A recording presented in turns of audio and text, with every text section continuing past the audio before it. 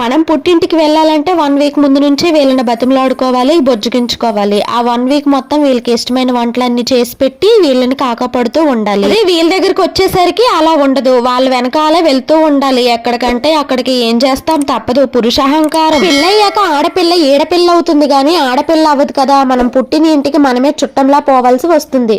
ఇది అందరి జీవితంలో ఒకేలా ఉండదులేండి. నాలా అమ్మ వాళ్ళ ఇంటికి ఎప్పుడో గాని వెళ్ళి ఒక రోజు ఉండే వాళ్ళ కోసం చెప్తున్నా. అలా ఎవరైనా ఉంటే కామెంట్ చేయండి.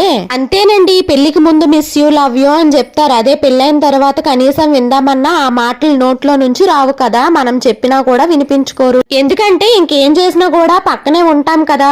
ఏంటో వీళ్ళకి ఆలి అంటేనే భద్రకాల్లా కనిపిస్తుందేమో. పండక్కి ఇంకా 1 మంత్ టైం ఉంది. మా హస్బెండ్ కి ఎప్పటి నుంచే నేను ఆయనకి ఇష్టమైన చాట్ చేసి అయితే కాకపడుతున్నాను. మీ లవ్డ్ వన్స్ కూడా ఎలాంటి టైప్ వాళ్ళు ఉంటే ఈ వీడియో ద్వారా మీ ఫీలింగ్స్ ని షేర్ చేసుకోండి. సబ్స్క్రైబ్ చేసుకోండి. Thank you.